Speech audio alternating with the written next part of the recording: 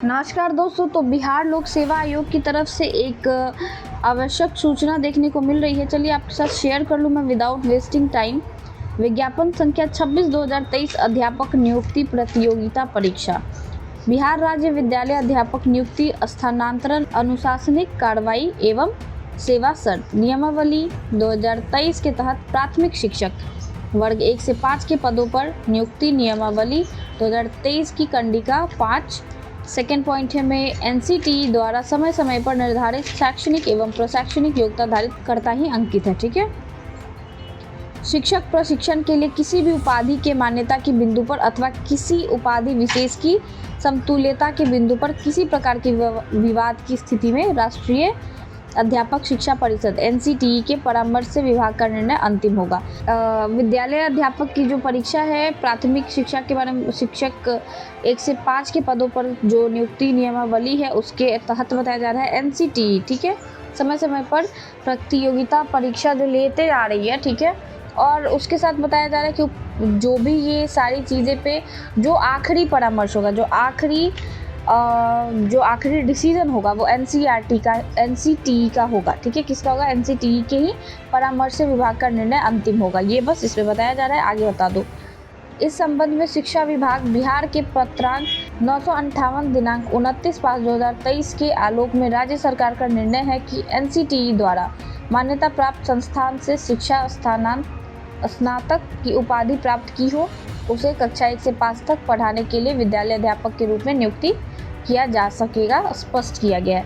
कहने का मतलब जैसे कि आप लोगों को पता है कि एनसीटीई का जो डिसीजन था। ठीक है। उसके तहत बताया जा रहा है कि एनसीटीई द्वारा जो मान्यता प्राप्त संस्थान है। ठीक है।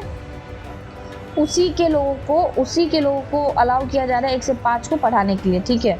आगे देखते हैं। माननीय उच्चतम न्यायालय में रिट पिटीशन और सिविल नंबर क्या है 661/2023 भगवान Krishnan versus the union of India and ANR में दिनांक 28/8/2023 को न्यायाधीश पारित करते हुए उच्चतम न्यायालय के SLP ठीक है SLP number 20743/2021 Devesh Sharma versus union of India and ORS से उद्भूत सिविल अपील नंबर 5068/2023 में दिनांक 11/8/2023 को पारित न्यायाधीश के आलोक में एनसीटीई के दिनांक 8/6/2018 को निर्गत अधिसूचना को खारिज किया गया है।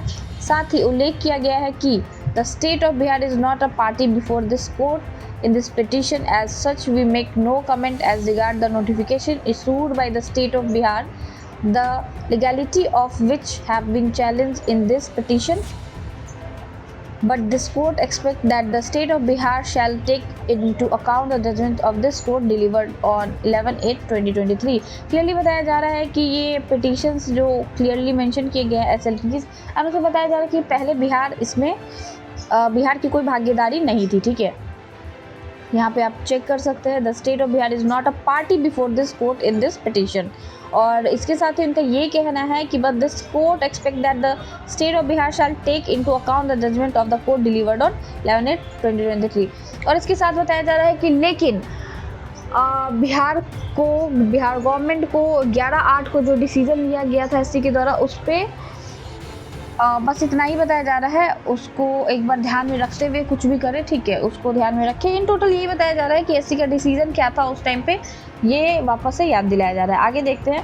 उक्त आदेश के अनुपालन में शिक्षा विभाग के पत्रांक 2170 दिनांक 9/10/2023 द्वारा संसूचित किया गया है कि civil appeal number 5068/2023 Devesh Sharma बनाम भारत सरकार एवं अन्य में माननीय सर्वोच्च न्यायालय द्वारा पारित आदेश का अनुपालन करते हुए प्राथमिक विद्यालयों के मूल कोटि के अध्यापक का परीक्षाफल प्रकाशित करने की अग्रेतर कार्रवाई की जाए।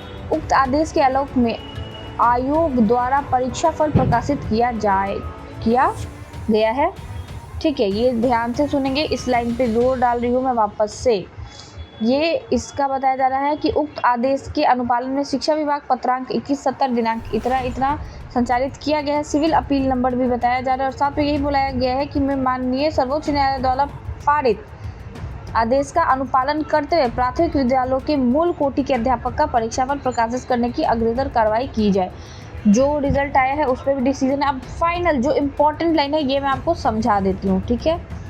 फिर भी यदि इससे संबंधित किसी अन्य मामले में माननीय सर्वोच्च न्यायालय अथवा सक्षम न्यायालय का अन्यथा आदेश पारित होता है तो उसके फलाफल से परीक्षाफल प्रभावित होगा। इन टोटल अगर एससी ने अपना डिसीजन चेंज किया या एससी अपने डिसीजन में चेंजेस ला रहे हैं तो ये जो पीआरटी का रिजल्ट कल देखने को मिला है उसमें भी आपको बदलाव देखने को मिलेगा, ठीक है।